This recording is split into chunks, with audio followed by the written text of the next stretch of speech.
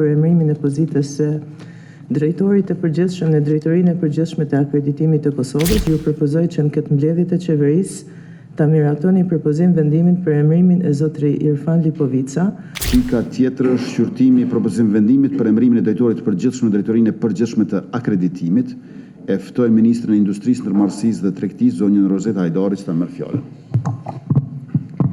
I nderuar kryeministër, të nderuar zëvendës kryeministra, ministra e zëvendës ministra, lejoni që në emër të Ministrisë së Industrisë, Ndërmarrësisë dhe Tregtisë si barë se këtij propozim vendimi për emërimin e pozitës së drejtorit të përgjithshëm në Drejtorinë e Përgjithshme të Akreditimit të Kosovës, shkurtimisht të paraqes arsyeshmërinë e propozim vendimit.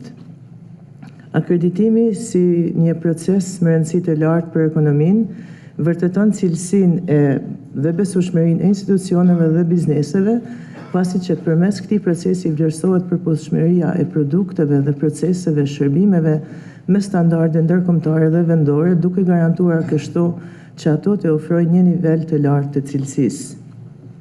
Procesi i përgjedhjes për këtë pozitë të nivelit të lartë drejtues është zhvilluar në mbështetje të nenit 4/9 të ligjit numër 08/L197 për zyrtarët publik, nenit 16 të rregullores së qeverisë numër 15/2023 për procedurën e pranimit në shërbimin civil e ndryshuar dhe plotësuar me rregulloren numër 5/2024.